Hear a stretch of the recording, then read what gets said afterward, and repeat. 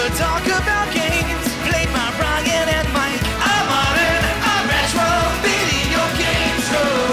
Yes, we talk about games and sometimes other stuff like Star Trek. It's a blast, our gaming podcast.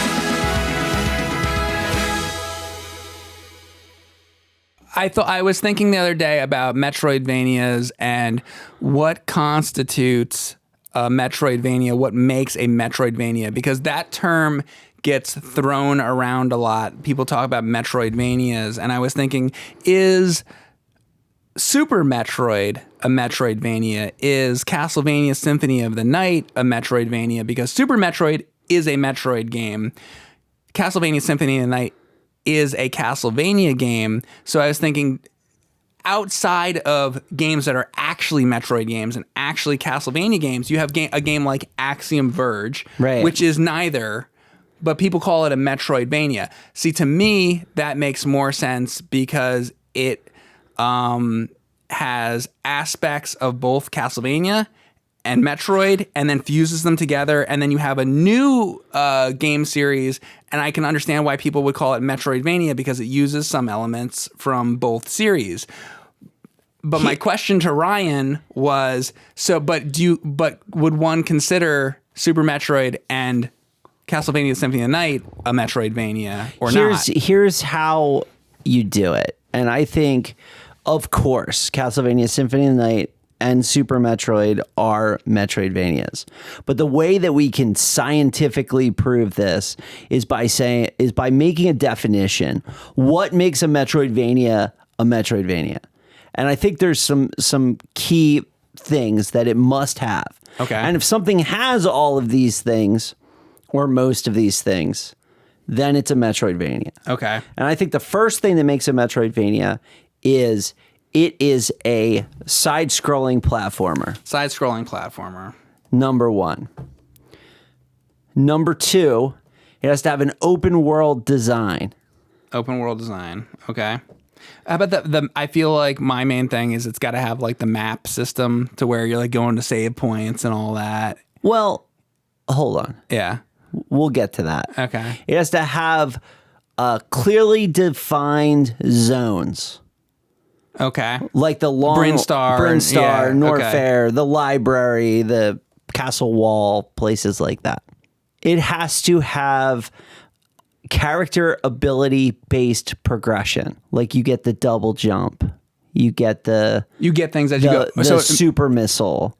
You get the screw attack. You get the screw attack. Well, that's just like you get items. Well, no, because the items determine they upgrade you. Your progression. Okay. So because you can't get to a certain area until you have an ability, right? So they have to have ability based progression. Okay. They have to have zone bosses. Sure. There has to be the character gets stronger as time goes on. You wouldn't put that with the... No, because the abilities that gatekeep progression are different from the energy tanks and the level That's ups a good point. and the heart containers. I agree with that. Yeah. I think... So now it gets harder, right? So I was asking about the map. For me, the first thing I think of when I think of Metroidvania is like Metroid doesn't have the map, but then Super Metroid comes along and you have that, you drop to the map and you can see where you're going as you're going. And then like Symphony of Night has that. And then it's like the two castles and all that. You have the maps. And then games that are not those games like Axiom Verge. It's been a while since I played it, but that has a map system like that, does it not? Here's what I think. I think that we're not talking about Super Metroidvanias. We're just saying Metroidvania, right? So I think that anything we put on this needs to be present in the earliest form of it. Oh, like it has to be in Castlevania the first game, and Castlevania then 2, Metroid the first game, and Metroid the first game. You're going with Castlevania 2? Well, because Castlevania 2 is the first open world Castlevania. Okay.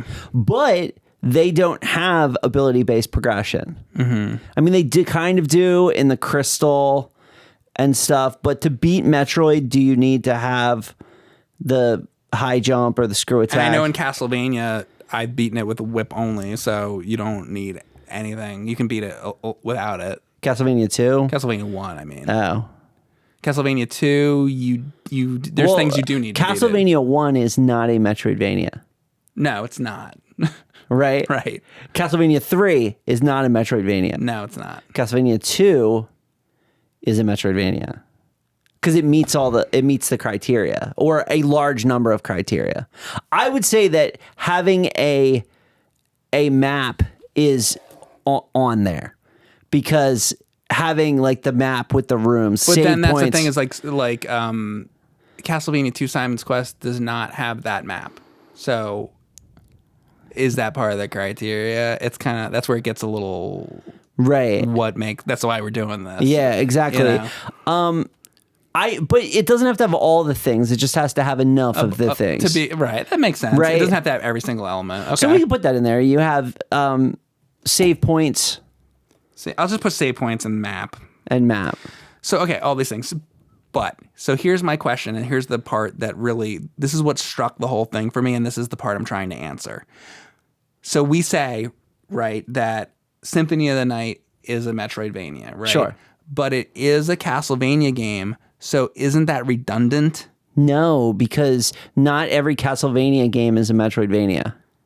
And not every Metroid game is a Metroidvania, because Metroid Because Prime... Castlevania 1 is not a Metroidvania, obviously. Yes. But Symphony of the Night checks these boxes. And so even though it is a Castlevania game, you could still say it's a Metroidvania.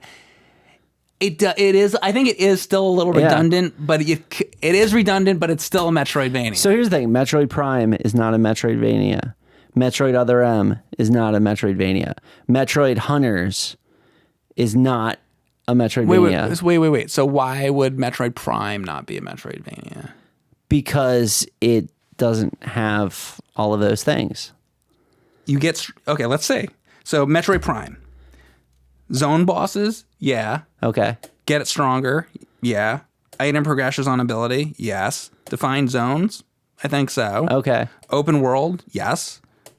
Side-scrolling platforming. I mean, there's platforming, but it's like, it's 3D, but it's Right. like you're platforming and stuff. Save points and map, yes. So I guess it is. It has all those The only things. thing it doesn't have this side-scrolling platforming, but it has platforming. But it has platforming. Right, so you're it's right. Just that it's in 3D. Okay, so Metroid Prime, under our definition, is a Metroidvania. I think so. I guess but on top of that, I will also say that I think it's kind of redundant when we're calling a Metroid game a Metroidvania, because it's like, oh, Metroid's like Metroid. It's like, no shit, Metroid's like Metroid. Well, it's Metroid. it's like, is Rogue a roguelike? That's the question you're asking. Yes. Yes. Exactly. Good point. Right. Yeah. Yeah, Rogue, absolutely. It's not a roguelike because it's Rogue. And that's why I'm Right. saying it. How can Metroid be a Metroid? But it has to, because it's a genre. Like, for instance, what was the first action movie? I don't know. Right? Yeah. That's an action movie. It is. Right? Yeah. Right? Is Terminator an action movie? Yeah. Yes, it is. Sure. If there was an action movie called Action Movie, would it be an action movie? Well, who Yes. knows? You'd have to watch the movie and say you could call comedy action movie, and maybe it has no action in it though. Right. But let's say there was an action movie that we would agree has action movie criteria that is called action movie. It is an action movie. But let's say that movie was made this year, and then it doesn't really make sense. I think your other thing you said was it has to be like the first. I think you have more of a action problem movie. with the word because it contains the titles of the games. If it was called an exploration platformer, you would feel better about it. Because didn't Metroid start all those things? Didn't Castlevania start all those things? Or most of those things? Is Faxanadu a Metroidvania? Well, let's see. Do you get stronger? I think so. Zone bosses. I forget. I've beaten that game. I think it has that. Item progressions on ability, I think. It's been a while since I played it. Defined zones, I think so. Open world, side-scrolling platforming, save points, and a map. I don't remember if it has a map or not. I think it has a lot of those elements. It might be. It is. It might be. Is Battle of Olympus a Metroidvania? Probably. Right? Is Zelda 2 a Metroidvania? Let me go through these. Do you get stronger? You do. Are there zone bosses? Absolutely. Item progress on ability. The candle. Right. The thing that breaks the rock. Defined zones. Absolutely. Open world. Yes. Side scrolling platformer. Absolutely. Save points and a map. Yes. Well, there's the overworld map. Yeah. So Zelda 2 is a Metroidvania. I guess. That's a weird thought. Here's why it's not. Because it has an overworld map. Because if you... Right? Because it doesn't have like that same type of Metroid. Because Super there Metroid needs map. to be a line. Because Final Fantasy VII can't be a Metroidvania. Right. Right? Right. Like, there has to be enough differentiation, right? So the question is Zelda 2's overworld map enough of a departure to make it not a Metroidvania? Because otherwise it is. I mean, it does meet a lot of that criteria, but it's just like I'm struggling. It's almost like I don't want to call it a Metroidvania, But it is according to the terms. I guess. But Blaster Master's not, even though it's close. Right. Well, we said it doesn't have to have all these things too. Right. Right. So. It's interesting. Right. Anyway, that's why I brought this topic, because I thought it was interesting. That's the other because thing. people throw around the term Metroidvania so much, and it's like, here we're almost arguing that Zelda 2 could be Metroidvania. So before this conversation, I felt like it had to be outside of it couldn't be a Metroid game and it couldn't be a Castlevania game, because I thought it was too redundant to call any of that. So I don't think so. So I was trying to think. So you just almost convinced me kind of that, Zelda 2 could be, but I was thinking of more, everything you said was really interesting to me, because I never thought of like Fax Xanadu or Fa Xanadu as a Metroidvania. Like, I wasn't thinking about older games like that. I was only thinking about like post Symphony of the Night. But it 100% is, and so is Battle of Olympus. Right. 100%. Okay. I mean, I'm kind of agreeing. Yeah. Yeah. But Clash of Demon Head is not. No. I mean, right? See, so the line is there. Yeah. And here's the thing. I'm willing to say that Zelda 2 is not because of the map. Mm-hmm. But I think Blaster Master is close. Okay, hang on. I think I have another criteria that we're not including here that would disqualify things. That would disqualify things. I think it also has to a little bit stylistically have a little bit of that Metroid or a little bit of that Castlevania, because when you play Axiom Verge, it's like when you pop that on, you're like, oh, this is like Metroid, like instantly. You're like, oh, this is kind of like Metroid. When you play Zelda 2, you're not thinking about Metroid or Castlevania. It's its own world.